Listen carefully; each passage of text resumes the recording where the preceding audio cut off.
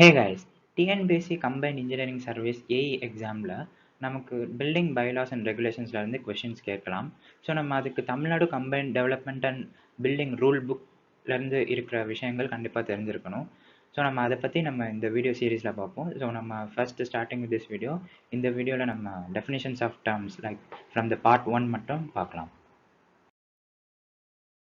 First இந்த rule புக்கில் என்னென்ன பார்ட்ஸ்லாம் இருக்குன்றதை நம்ம ஃபஸ்ட்டு தெரிஞ்சுக்கலாம். ஃபர்ஸ்ட் பார்ட் 1 பார்த்தீங்கன்னா ப்ரிலிமினரி. இந்த ப்ரிலிமினரி பார்ட்டில் நமக்கு டெஃபினேஷன்ஸ் ஆஃப் டேர்ம்ஸ், இந்த அப்ளிகபிலிட்டி ஆஃப் திஸ் ரூல் புக்ங்கிறது கொடுத்துருக்காங்க. நம்ம இந்த வீடியோவில் இந்த பார்ட் 1ல் இருக்கிற டெஃபினிஷன்ஸ், இம்பார்ட்டன்ட் டெஃபினிஷன்ஸ் மட்டும் நம்ம பார்க்க போகிறோம்.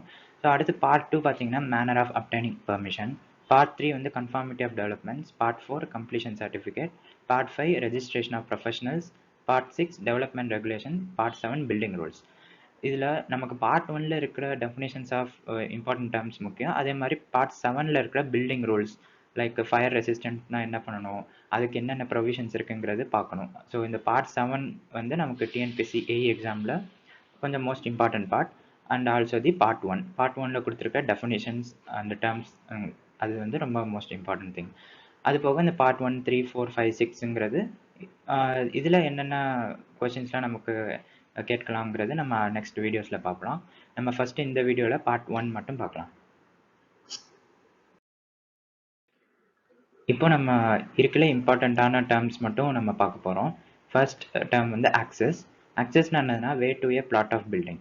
இப்போ ஒரு பிளாட் ஆஃப் பில்டிங், ஒரு பில்டிங் பிளாட் இருக்குன்னா அந்த பில்டிங் பிளாட்டுக்கு நம்ம எப்படி போகணும், so what is the accessibility, so அதுதான் நம்ம வந்து ஆக்சஸ்ன்ற டேர்ம் வந்து குறிக்கிறோம். So access is nothing but way to a plot of building. Next term வந்து அசம்பிளி பில்டிங். ஒரு பில்டிங்கை எப்போ நம்ம அசம்பிளி பில்டிங்னு சொல்லுவோம் அப்படின்னா, அந்த பில்டிங்கில் 50க்கும் மேற்பட்ட ஆட்கள் வந்து இருந்தாங்க அப்படின்னா that building will be called as assembly building. So for example எப்படி சொல்லலாம்னா கல்யாண மண்டபம் சொல்லலாம். ஸோ கல்யாண மண்டபத்தில் கண்டிப்பாக 50க்கும் மேற்பட்ட ஆட்கள் தான் இருப்பாங்க. ஸோ அதெல்லாம் அந்த மாதிரி பில்டிங்லாம் பார்த்தீங்கன்னா அசம்பிளி பில்டிங் நம்ம டேர்ம் பண்ணலாம். ஸோ ஜென்ரலாக 50க்கும் மேற்பட்ட ஆட்கள் இருக்காங்க அப்படின்னா அந்த பில்டிங்க்கு நம்ம அசம்பிளி பில்டிங் நம்ம டேர்ம் பண்ணலாம். நெக்ஸ்ட் வந்து பில்டிங் லைன். பில்டிங் லைன்னா என்னதுன்னா அந்த ஒரு line beyond which no portion of the building may extend. So இந்த பிக்சரில் நீங்கள் பார்க்கலாம். இப்போ இந்த டாட்டட் லைன்ஸ்ங்கிறது பில்டிங் லைன்ங்கிறது குறிக்கும். இந்த லைனுக்கு தாண்டி இந்த பில்டிங் வந்து ப்ரொஜெக்ட் ஆகக்கூடாது, இல்லை இந்த பில்டிங் வந்து இதுக்கு தாண்டி போகக்கூடாது. So that is called as the building line. Nothing but beyond which no portion of the building may extend. So that is the building line. So next term வந்து carpet area. Carpet areaங்கிறது the area, the covered area of the usable rooms. So இந்த டயக்ராம்ஸ்லாம் நீங்கள் பார்க்கலாம். இந்த carpet ஏரியாங்கிறது இந்த green portion. So which ever the portion is useful, அதாவது நம்ம living ரூமில் இருக்கிற யூஸ்ஃபுல்லான போர்ஷன்ஸை மட்டும் கனெக்ட் பண்ணோம் அப்படின்னா அதுதான் carpet area, without considering the walls. இப்போ இந்த வாலில் இருக்கிற கிராஸ் செக்ஷன் ஏரியா எல்லாமே கன்சிடர் பண்ணக்கூடாது. உள்ளே இருக்கிற அக்சசபிள் யூஸ்ஃபுல் ஏரியா மட்டும்தான் கன்சிடர் பண்ணணும். அதுதான் நம்ம கார்பெட் ஏரியான்னு சொல்லணும். So usable rooms of a dwelling unit at any floor excluding the area of walls. அதாவது நம்ம அந்த வாலோட கிராஸ் செக்ஷன் வந்து கன்சிடர் பண்ணக்கூடாது. அந்த க்ரீன் போர்ஷன் இருக்கு இல்லையா, லிவிங் அண்ட் யூசபிள் ரூம்ஸ், அது மட்டும்தான் கன்சிடர் பண்ணும். That area will be called as carpet area. இப்போ நம்ம அந்த வால் போர்ஷனே கன்சிடர் பண்ணுறோம் இப்போ including their living or usable room அப்படின்னா that will be called as built-up area. அதாவது carpet area plus the area of walls. So that will be called as built-up area. அதே மாதிரி சூப்பர் பில்டப் ஏரியா அப்படின்னா whole area like carpet area plus wall area plus இந்த green portion, இந்த portico, அந்த வெளியே இருக்கிற portion எல்லாமே நம்ம கவர் பண்ணுறோம் அப்படின்னா அது வந்து சூப்பர் பில்டப் ஏரியா அப்படின்னு நம்ம டேர்ம் பண்ணுறோம். ஸோ முக்கியமானது இந்த கார்பெட் ஏரியா. கார்பெட் ஏரியாங்கிறது covered area of the usable rooms of a dwelling unit at any floor excluding the area of the walls. Next term வந்து கவர்டு ஏரியா. கவர்டு ஏரியாங்கிறது என்னதுன்னா the ground area covered by the building above the plinth level. So plinth levelக்கு மேலே இருக்கிற அந்த ground area including the part of the building projecting out in other story and including basement floor levels. So இதுதான் நம்ம covered area அப்படின்னு term பண்ணுறோம். ground area covered by the building above the plinth level. So plinthனா என்னங்கிறது நம்ம அடுத்த டேர்ம்ஸில் பார்க்கலாம்.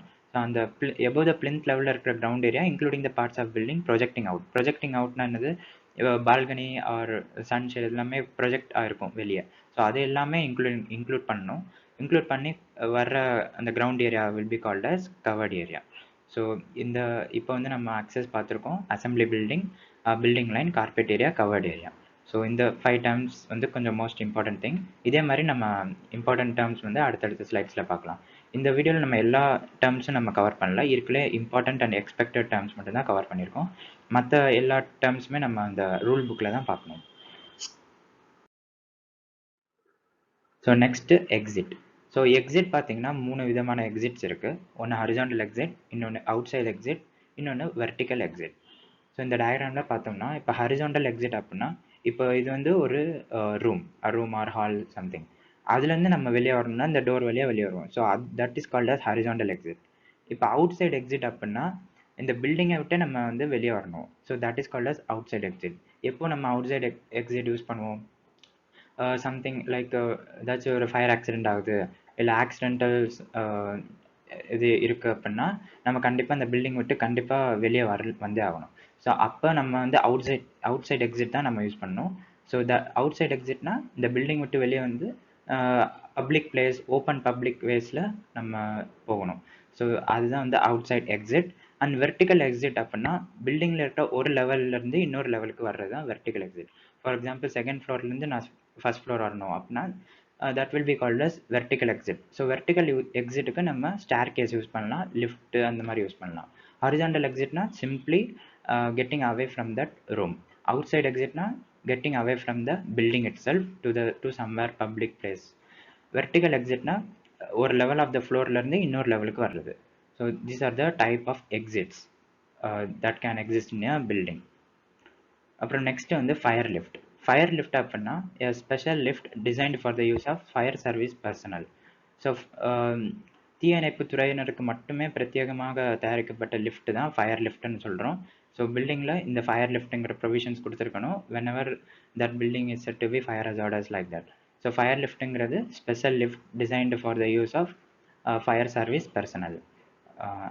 இது ஃபயர் லிஃப்ட். நெக்ஸ்ட் வந்து ஃபயர் பம்ப்.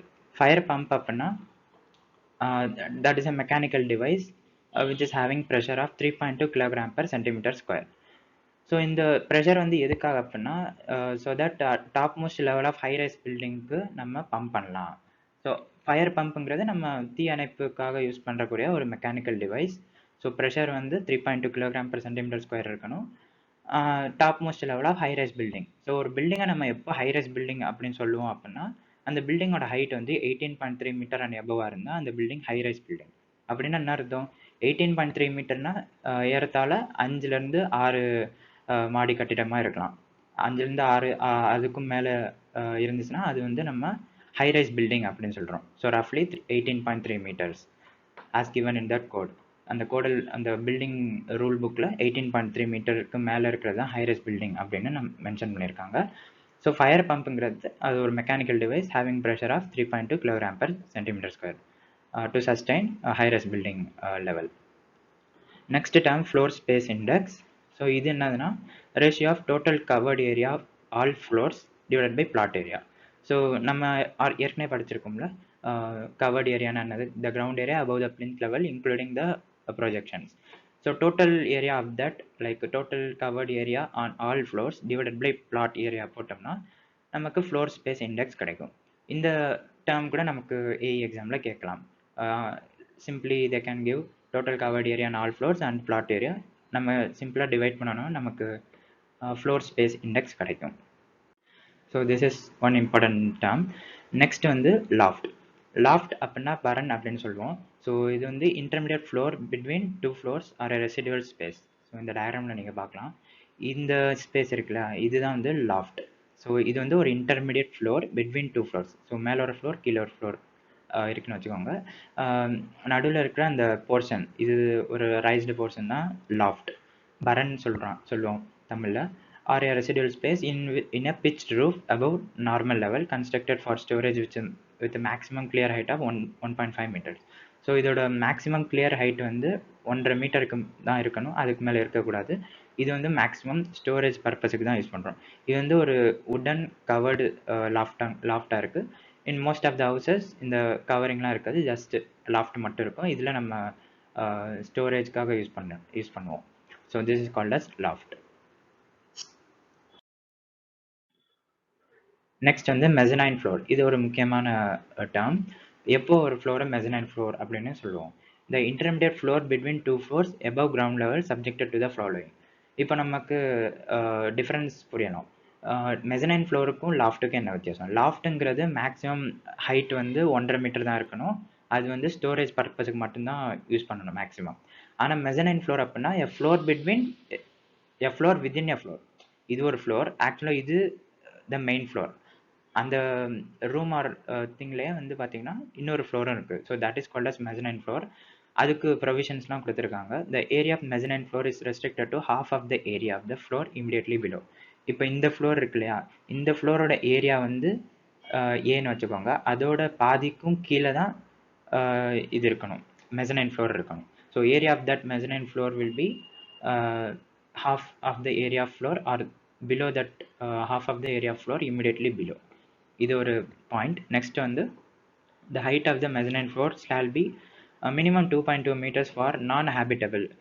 non-habitableனா அகைன் ஸ்டோரேஜ் பர்பஸ்ன்னு சொல்லலாம். இதில் வந்து நம்ம ஸ்டோர் பண்ணி வைக்கலாம். அந்த மாதிரி பர்பஸுக்கு நம்ம நான் ஹேபிட்டபிள் பர்பஸஸ்ன்னு சொல்கிறோம். So that will be minimum 2.2 meters height. இதே ஹேபிட்டபிள் பர்பஸஸ் இல்லை, மேலே வந்து ஒரு டைனிங் ஹால் மாதிரி இருக்குது, ஹேபிட்டபிள் ஏரியா மாதிரி யூஸ் பண்ணுறோம் அப்படின்னா 2.5 meters மினிமம் இருக்கணும் height of that mezzanine floor. ஆனால் இதே நம்ம வந்து லாஃப்ட் பார்த்தோம்னா மேக்ஸிமமே 1.5 meters தான்.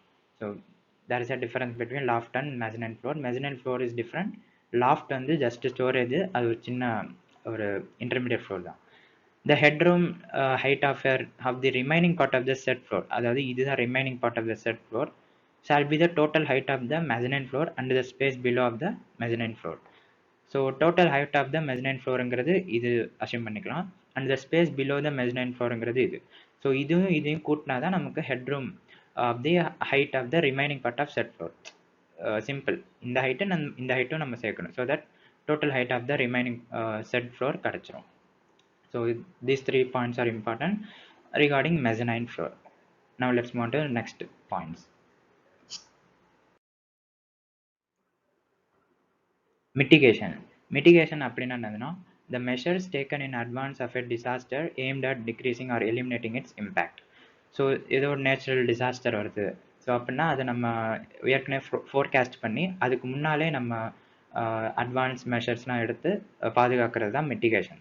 It is synonymous to preparedness and prevention. So ஏதோ டிசாஸ்டர் வருது, நம்ம வந்து இவாக்குவேஷன் ஆக்டிவிட்டி பண்ணணும், இல்லை பில்டிங்கை நம்ம சஸ்டெயின் பண்ணணும், பாதுகாக்கணும் அப்படின்னா அந்த activity or that measure will be called as mitigation. So simply measures taken in advance of a disaster aimed at decreasing or eliminating its impact. அதாவது அதோட இம்பேக்டை நம்ம குறைச்சிக்கணும், அந்த அளவுக்கு நம்ம ப்ரிப்பேர்ட் அண்ட் ப்ரிவென்டிவாக இருக்கணும். So that will be called as mitigation for that building. And natural hazard அப்படின்னா என்னதுன்னா, the possibility or probability occurrence of a natural event. Natural event in the sense cyclone சொல்லலாம், லைக் சுனாமி, அந்த மாதிரி natural event சொல்லலாம். அதோட possibility and probability occurrence within a specific period of time in a given area having potential for damaging widespread area. அந்த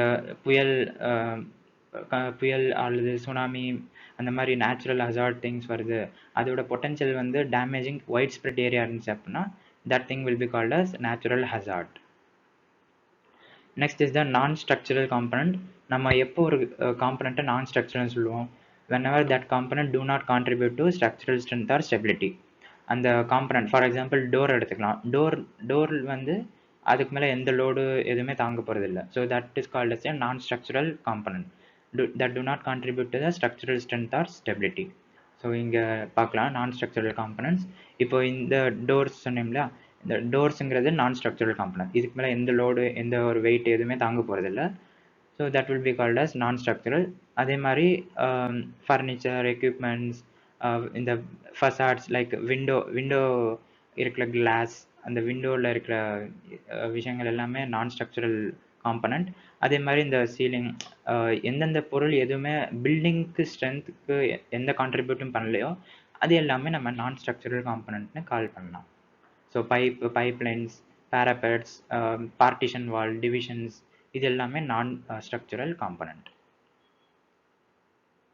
next வந்து partition wall, இதுவும் ஒரு non structural component. இது வந்து no it has no load other then its own weight. இதோட weight தாங்கிறதுக்கு மட்டும்தான் partition வாலை டிசைன் பண்ணுவோம். அதுக்கு மேலே எந்த லோடும் வைக்க போகிறதில்ல. So that will be called as partition wall just to divide the floor. அதுதான் divide the floor area. So that will be called as partition wall. No load other then its own weight. That will support a partition wall. Next வந்து plinth. பிளிந்த்ங்கிறது என்னதுன்னா the portion of a structure between the surface of surrounding ground and the surface of the floor immediately above the ground. So இந்த டயக்ராமில் நம்ம பார்ப்போம். இங்கே பார்த்தீங்கன்னா இதுதான் வந்து பிளிந்த் லெவல். ஸோ பிளிந்த் லெவலுக்கும் கீழே சாண்ட் ஃபில்லிங் இருக்குது. ஸோ இந்த ஏரியா, இந்த போர்ஷன் தான் நம்ம பிளிந்த் அப்படின்னு சொல்கிறோம். ஸோ பிளிந்த்னு என்ன அர்த்தம்? Plinth is a divider between superstructure and substructure. சப்ஸ்ட்ரக்சர்னு என்னது? சிம்பிளியாக ஃபவுண்டேஷன். ஸோ சப்ஸ்ட்ரக்சருக்கு மேலே சாண்ட் ஃபில்லிங் இருக்குது. ஸோ அதுக்கு மேலே ஒரு பிளிந்த் பீம் இருக்குது. ஸோ அந்த போர்ஷன் தான் நம்ம பிளிந்த் அப்படின்னு சொல்லுவோம். அண்டு பிளிந்த்க்கு மேலே இருக்கிறது சூப்பர் ஸ்ட்ரக்சர், பிளிந்த்துக்கு கீழே இருக்கிறது substructure. So this is the plinth definition. Plinth is nothing but portion of structure between the surface of surrounding ground and the surface of floor immediately above the ground. So immediately above the ground and surrounding ground. அதுக்கு நடுவில் இருக்கிற portion பேர் தான் நம்ம plinth அப்படின்னு சொல்லுவோம். Next definition for plinth area. Plinth area is nothing but built up covered area measured at the floor level of the basement of any story. So area of that plinth like built up covered area measured at floor level. Floor level la measure பண்ற area அதுதான் வந்து plinth area for any story or floor னு சொல்லலாம். Next வந்து plot or site area. Area of a contiguous parcel of land enclosed by definite boundaries over which the applicant has legal right for development. இப்போ plot area அப்படின்னா for example say this is a plot area. Building வந்து இங்கே மட்டும்தான் building வந்து வந்திருக்கு அப்படின்னா இந்த portion வந்து லெஃப்ட் அவுட். பட் இன் ஃபியூச்சரில் இந்த போர்ஷன் வந்து யூஸ் பண்ணிக்கலாம், which is having the legal right for that applicant. So that will be called as, that whole area will be called as plot area. ஆனால் அந்த plot area ஃபுல்லாமே நம்ம பில்டிங்க்கு use பண்ணுவோமா அப்படின்னு கேட்டேன்னா that depends on that applicant. But in any future time இந்த left போர்ஷனும் use பண்ணிக்கலாம். That will in which the applicant has the legal right for development. So in the whole area will be termed as plot or site area. Next, plot coverage. Plot coverage na என்னதுன்னா the extent to which the plot is covered with a building or structure, and this is expressed as percentage or ratio of the built up area to plot area. So இந்த இப்போ நம்ம பார்த்தோம் இது மட்டும்தான் building கட்டிருக்க area, ஆனால் இது plot area வந்து இது. ஸோ இந்த ஏரியாவுக்கும் இந்த ஏரியாவுக்கும் எவ்வளோ பர்சன்டேஜ் இருக்குது, so that is the plot coverage. So இந்த பிளாட்டை நம்ம எந்த அளவுக்கு நம்ம யூஸ் பண்ணியிருக்கோம். ரொம்ப கம்மியாக பில்டிங் கட்டியிருக்கோம் அப்படின்னா நிறையா எம்டி ஸ்பேசஸ் இருக்கும்.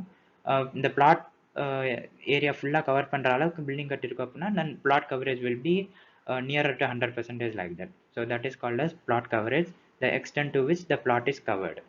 இந்த பில்டிங் வந்து நம்ம இந்த பிளாட்டில் எவ்வளோ தூரம் கவர் பண்ணியிருக்கோம், லெஸ் ஸ்பேசஸில் இருக்கா இல்லை நிறைய ஸ்பேஸ் இருக்கா, ஸோ அந்த ரேஷியோ போடுறது தான் plot coverage. Quality audit. So quality audit வந்து எப்போ பண்ணணும் அப்படின்னா கண்டிப்பாக ஹைரைஸ் பில்டிங்க்கு பண்ணணும், especially in earthquake zone 3 and coastal areas. Quality audit will be done by some third party consultants. They will audit the building for any fire resistance and the மாதிரி. So high-rise பில்டிங்க்கு கண்டிப்பாக பண்ணணும், especially in earthquake zone 3 and coastal areas. ஸோ quality ஆடிட் will be done for this. Next வந்து retrofitting. Retrofittingங்கிறது upgrading the strength of an unsafe building. So by using suitable engineering techniques. So ரெட்ரோஃபிட்டிங்கிறது புதுப்பித்தல். So மறுபடியும் பழைய பில்டிங்கை வந்து நம்ம ஸ்ட்ரென்த் அப்கிரேட் பண்ணுறது ஃபார் சம் சேஃப்டி. ஸோ அதுக்கு பேர் தான் நம்ம ரெட்ரோஃபிட்டிங் அப்படின்னு டேர்ம் பண்ணோம். So upgrading the strength of an unsafe building by using suitable engineering techniques. Now let's move on to the next terms. Setback அப்படின்னா the open space across front or sides or rear of a plot between the building and street alignment. So for example இது வந்து street, இங்கே தான் building இருக்குன்னா So this distance is called as setback. So this portion or this distance is called as setback. இது வந்து சைடில் இருக்கலாம், ஃப்ரண்ட்ல இருக்கலாம், ரியரில் இருக்கலாம், எங்கே வேணாலும் இருக்கலாம். ஸோ தட் அந்த open space across that front or sides or rear of plot between the building and street alignment or the boundary of the plot will be called as setback. Next on this tilt floor, a part or whole of the floor at ground level or the height above the ground level. So ஒரு part or whole of the floor at ground லெவலில் இருக்கிற floor வந்து நம்ம stilt floor அப்படின்னு சொல்கிறோம். Or the height above the ground level. So ground லெவல்லேருந்து கொஞ்சம் ஹையில் ரைஸ் பண்ணியிருப்பாங்க சில பில்டிங்ஸில். ஸோ அந்த floor will be that floor will be called as stilt floor. Next வந்து சைட் டெப்த். சைட் டெப்த்துங்கிறது the mean horizontal distance between front and rear site of boundaries. அதுதான் சைட் டெப்த். டெப்த்னா நம்ம எப்போவுமே வெர்டிக்கல் டிஸ்டன்ஸ்னே கன்சிடர் பண்ணுவோம். பட் இந்த கேஸில் சைட் டெப்த் அப்படின்னா horizontal distance between front and rear site. இது வந்து முக்கியம். Horizontal distance between front and rear site boundaries. முன்னாலேயும் பின்னாலேயும் நடுவில் இருக்கிற horizontal distance like site boundaries that will be called as site depth. Quality audit ஏற்கனவே நம்ம பார்த்துட்டோம். வென்டிலேஷனுங்கிறது என்னதுன்னா காற்றோட்டம். அதாவது நேச்சுரல் வென்டிலேஷன் இருக்கு, positive ventilation, mechanical ventilation. Ventilation அப்படிங்கிறது supply of outside air into the building or we can say removal of inside air. அது வெளியில் இருக்கிற காற்று உள்ளே கொண்டு வரதுக்கு வென்டிலேஷன் யூஸ் பண்ணலாம். இல்லை உள்ளே இருக்கிற இன்டோர் ஏர் வெளியே கொண்டு போனோம் அப்படின்னாலும் வென்டிலேஷன் பர்பஸ் இருக்குது. நேச்சுரல் வென்டிலேஷன் அப்படின்னா supply of outside air into building. So வெளியே இருக்கிற இயற்கையான காற்று வந்து பில்டிங்குள்ளே வரணும் அப்படின்னா then that ventilation will be called as natural ventilation. So இது வந்து எப்படி பண்ணலாம்? Through window or other openings due to wind outside. Like ஜன்னல்லேருந்து வெளியே இருக்க காற்று வந்து உள்ளே கொண்டு வந்து சர்க்குலேட் பண்ணலாம். And that will be called as natural ventilation. Next வந்து பாசிட்டிவ் வென்டிலேஷன். பாசிட்டிவ் வென்டிலேஷன் அப்படின்னா நேச்சுரலாக லைக் விண்டுனால உள்ளே வராமல் நம்மளே உள்ளே கொண்டு வர்றது, like air conditioning. So that is the positive ventilation. வெளியே இருக்கிற காற்று வந்து உள்ளே கொண்டு வர்றது ஏர் கண்டிஷனிங் சொல்லலாம். இல்லை supply of outside air by means of mechanical device such as fan மூலியமாக நம்ம சப்ளை பண்ணலாம் பில்டிங்குள்ளே காற்று. அப்புறம் மெக்கானிக்கல் வென்டிலேஷன், அது வந்து இதுவும் வந்து supply of outside air to the inside of building either by positive ventilation or by infiltration by reduction of pressure inside due to exhaust of air or by combination of positive ventilation and exhaust of air. Mechanical வென்டிலேஷனுங்கிறது இது ரெண்டுமே combine பண்ணி இருக்கிறது. உள்ளே இருக்க காற்றும் வெளியே கொண்டு போகிறது, வெளியே இருக்க காற்றும் உள்ளே கொண்டு வர்றது. ஸோ மிக்சிங் பண்ணுறது by use of mechanical means exhausting the air, அதெல்லாம் வந்து மெக்கானிக்கல் வென்டிலேஷனில் வந்துடும். ஸோ 3 விஷயங்கள் இருக்கு: natural ventilation, positive ventilation, mechanical ventilation.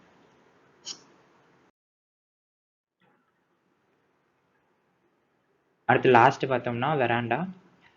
The covered area with at least one side open to the outside with the exception of 1.2 meter high parapet to be provided on the open side. So இது வந்து வெராண்டாங்கிறது ஒரு at least one side ஓப்பனாக இருக்கணும். அந்த ஏரியாவுக்கு பேர் தான் நம்ம வெராண்டா அப்படின்னு சொல்லுவோம். So covered area with at least one side open to the outside. So one சைடாச்சு அவுட் சைட் போர்ஷனுக்கு ஓப்பனாக இருக்கணும் with exception of 1.2 metre high parapet to be provided on the open side. So அந்த open சைடில் நம்ம 1.2 metre high parapet exception கொடுத்துருக்கணும். So that will be called as veranda. இது வந்து provisions given the building code. So ventilation நம்ம already பார்த்துட்டோம். Natural ventilation, positive, mechanical. So நம்ம இந்த வீடியோவில் நம்ம most important and expected terms in TNPSC AA எக்ஸாமுக்கு நம்ம பார்த்துருக்கோம். இது போக நிறையா டேர்ம்ஸ்லாம் இருக்குது.